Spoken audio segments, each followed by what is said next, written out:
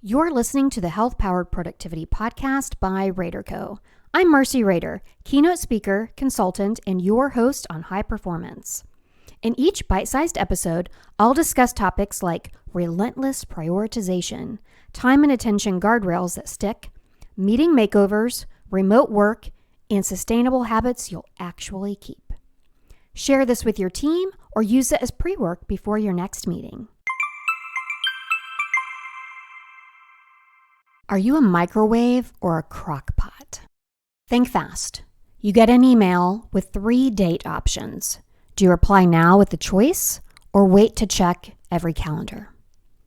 You see a lamp you love. Do you buy it or bookmark it? Someone says, we should really, and then you start a document right away, or you have a discussion or two first. If you answered now to the date, buy to the lamp, and start a document, you're probably a microwave. If you answered wait and check my calendar multiple times, bookmark the lamp, come back to it maybe a week from now, and have a discussion first, you're probably a crockpot. Neither is better. Context decides. And today, we'll pick the right appliance for the right recipe. And yes, there are going to be a few metaphors and a couple of bad puns. So first, to set the frame, definitions. And these are my definitions. Microwave, decides and acts quickly. Strength is momentum, but the risk is rework. Crockpot, gathers inputs and lets their ideas simmer. Strength is quality. Risk is missed windows. There are no weaknesses, only overplaying of a strength. And we're going to add guardrails so you keep the strength and lose the side effects. So my wiring, for the most part, is I'm a microwave. My husband and my number 2 at Rader Co. know this. When I decide, we move. But I still get feedback. I lean on my mastermind, Speakers with Impact, my CFO, Carolina Aponte, and my friends Justin Jones-Fosu and Lisa Wood. My life mantra is talk doesn't cook rice. It is an ancient Chinese proverb I heard probably 30 years ago, and that has just been my motto ever since. Because to me, you can talk about cooking rice all day, but you still go to bed hungry until you put water in the pot and you turn on the heat. So here's a lesson for when speed wins. There are moments where speed keeps the window open. We have short half-life opportunities, low-risk reversible decisions, and situations where your choice unblocks others. And here's one of my microwave wins. Early in my career, a national hotel chain asked me to be their spokesperson. And I mean, just called me on the phone, said, we read your first book, and we'd like for you to be our spokesperson. Can you update your book, change the title, and relaunch it in 3 months? 3 months. New edition, no slack. And for those of you who aren't authors, that might not mean anything for you. But for those of you who are, that's pretty short time. But I said yes right then. And then that afternoon, I built the plan. I pulled in an editor and designer. I blocked every Friday and I checked into a hotel a couple weeks later for 3 days of writing and designing my marketing launch. We hit that relaunch date and I locked a 3-year spokesperson deal. That book was Beyond Travel, a road warrior survival guide. Saying yes created the opportunity. Execution, of course, is what made it stick. The takeaway is, if it is reversible and time-bound, microwave but with intention. Use a short cool down for brand and money checks, but then go. Lesson 2 is when stew time wins. Speed is not strategy. Some choices need simmering. If they are irreversible or expensive decisions, if there are multi-stakeholders that are impacted, or if there are novel problems with no playbook. The benefit to being a crockpot is, let's say you're thinking about hiring a senior role. You want perspective, you want fit, you want to hear from the team that will live with the decision. A little stew time reveals the question that you forgot to ask. And here's where I overplayed speed. And if you've listened to any of my previous podcasts where I talk about the Powered Path program, that's where I share a lot of lessons earned. And I went really fast with that program.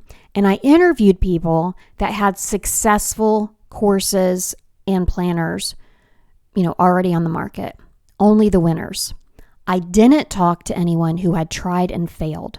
First, those stories are harder to find because most people aren't putting them out there in the universe, but they're really more valuable. And the outcome was that I positioned it as a productivity course and playbook, which is good, but it's not the best frame. It's actually a goal achievement course. And I just changed that in August of 2025. I was like, oh my gosh, it's a goal achievement course. That's what it is. But I went so fast that I didn't think it through. So speed actually wasn't the problem. It really was my sample that I chose to interview.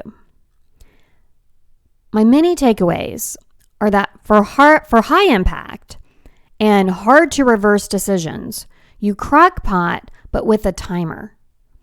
And it's good to invite dissent, but you want to cap the inputs and decide on a time frame when all the opinions and all the inputs need to be given to you. Lesson 3, the cost of over-simmering, because crockpots can overcook too. And analysis can turn into decision debt.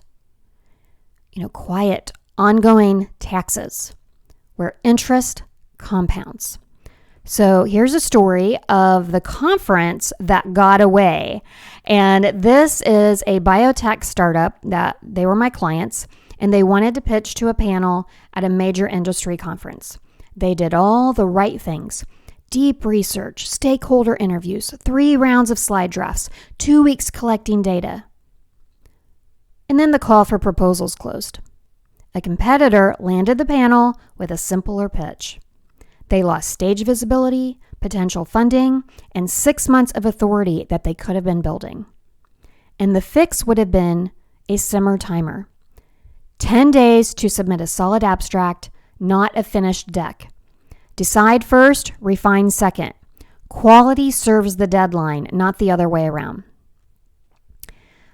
I had another client who overthought a mid-level hire for 3 weeks and decided, I'm just going to add a 4th interview. The candidate had already accepted elsewhere at that point. So the result was they had 90 more days of vacancy, their team was fried, and they had to pay extra contractor fees. So the guardrail was to set a decision by date on day 1 and cap the interviews at 3. And then lastly, I had another client who kept collecting feedback on program names for weeks. And by the time they came up with one, all of the clean domain names and handles were taken. So the guardrail would have been to choose from 3 viable names by X date, could have been by Friday, and then secure the assets the same day. So you can create or think about like a simple model where you pick the appliance by impact and reversibility.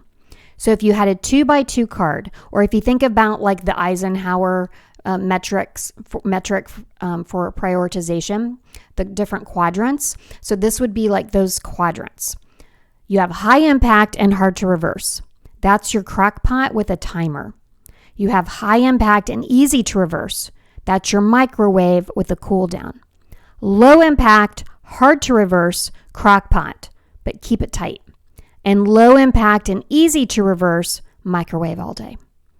So say it out loud for the team, and this prevents debates about taste and focuses on risk.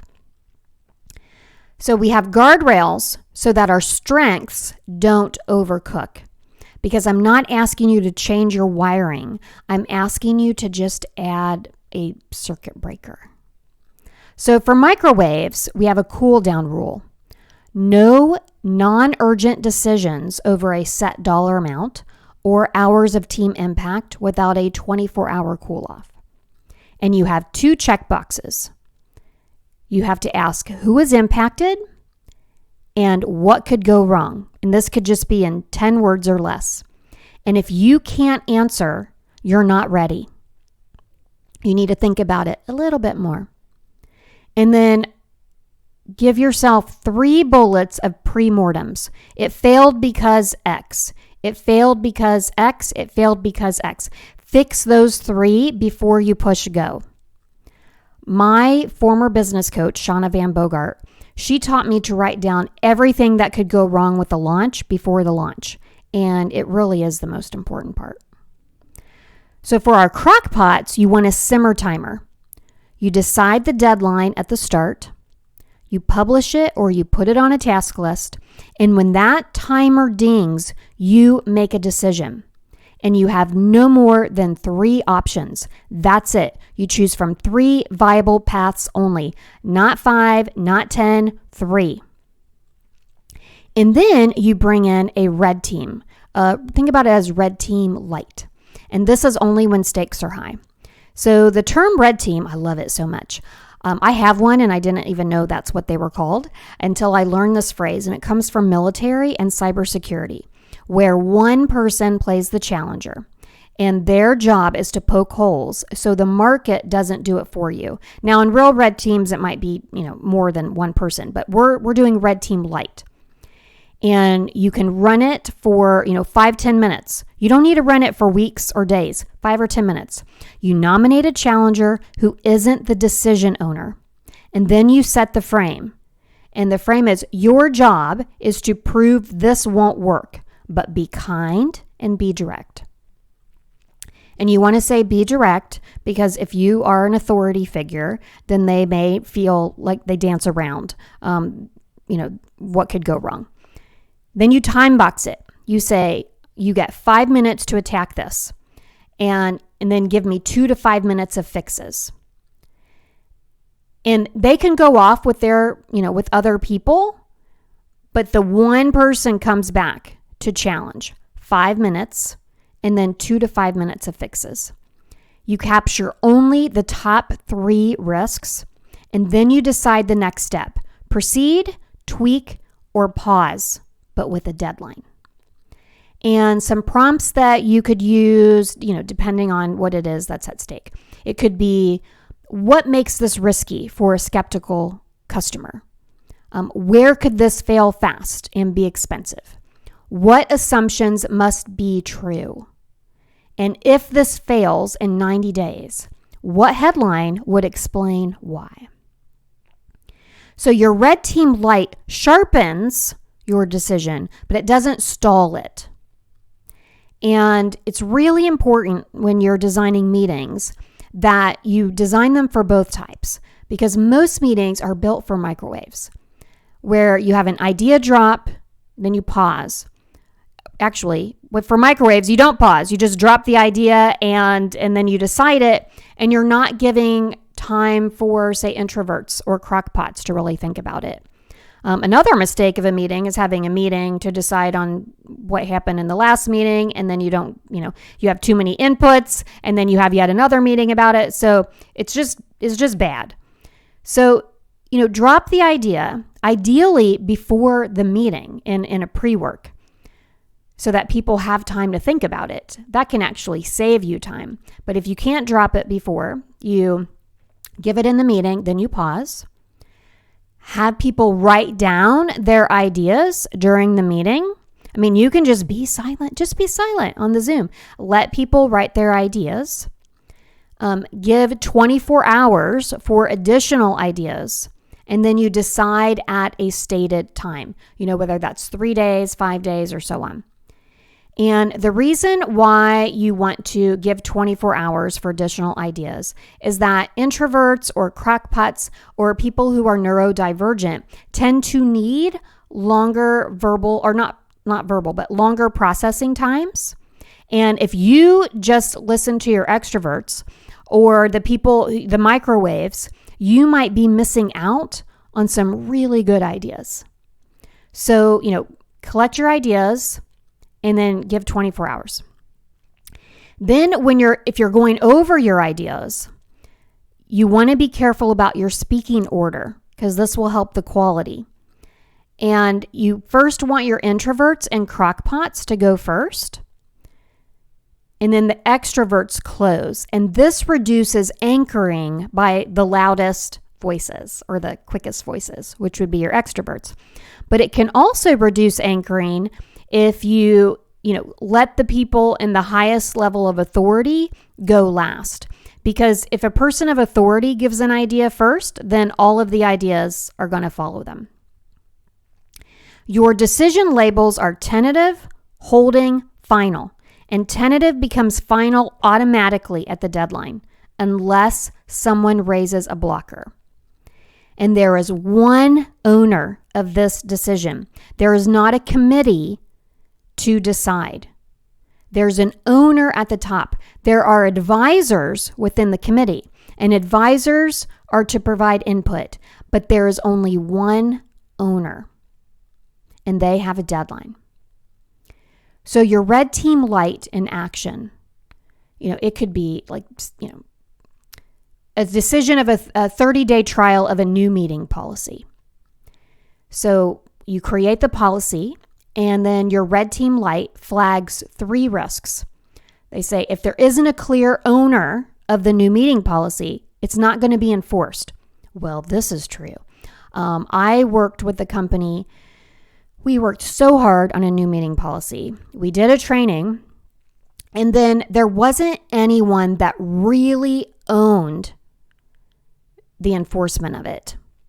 And then there were all sorts of exceptions. That could be a number 2 red flag or a 2 risk that, if there are all these different exceptions, then the policy is going to die in the loopholes. So maybe it's like we always have 45-minute meetings except for external clients, or we don't have meetings on on Fridays except if they are executive team meetings.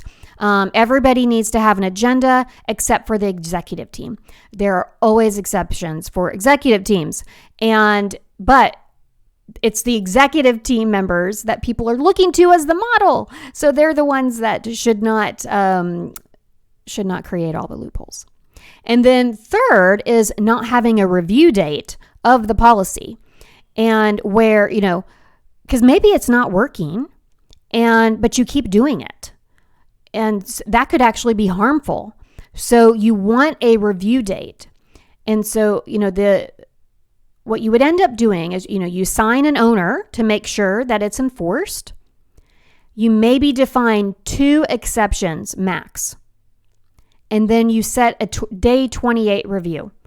We're going to trial this. Always say trial or pilot, so people are more open-minded about it.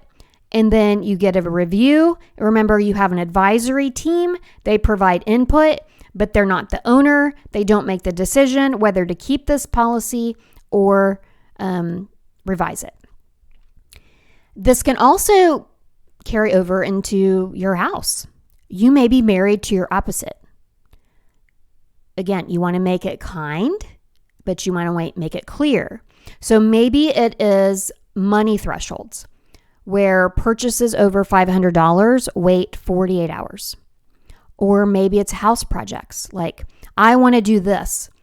If there's no feedback by Sunday at 6 p.m., we're going to move forward with option B, or we're going to move forward with doing this thing. Now, if it's an irreversible choice, like anything that cannot be undone without time or money has to have a 1-week simmer time. So if you're the microwave, you promise to pause for big swings. But if you're the crockpot, you promise to choose by the deadline you set. Now, for those of you out there who are big researchers, that's awesome. Yes, you should research your kitchen remodel. You should ask people about all the different, about the different sinks that they have. You should go onto wirecutter.com and see what vacuum, if you're looking at a vacuum, what one they recommend. Maybe you are checking out vacation rentals, whatever that is.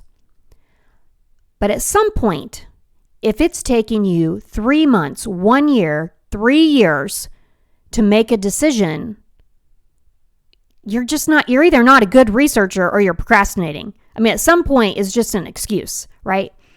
Deadlines are kindness because they stop decision debt.